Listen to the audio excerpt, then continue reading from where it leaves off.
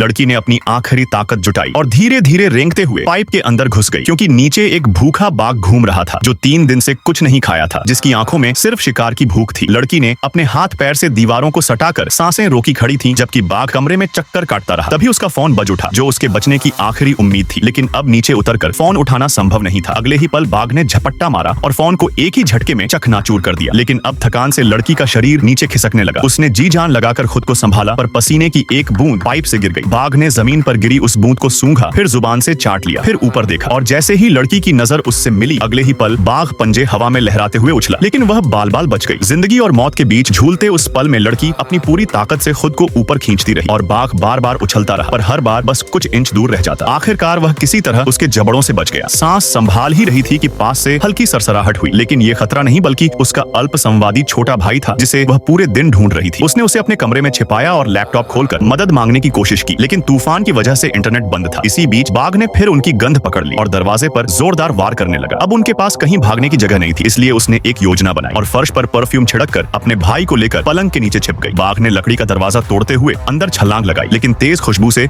उसका ध्यान भटक गया। वह पलंग पर चढ़ा, जिससे पलंग लगभग टूट ही गया। कुछ पल की खामोशी छा गई। लड़की ने डरते हुए इधर उधर झांका, तभी बाघ ने उनकी झलक पाली। वह झुका और पंजा अंदर डालकर वार किया। दोनों भाई बहन घबराकर बाहर निकले। तभी बाघ ने पलंग उलट दिया और उसका भारी फ्रेम खुद उसी पर गिर गया। और उसी मौके का फायदा उठाकर लड़की ने पास का दरवाजा खोला और भाई को लेकर नीचे भाग गई।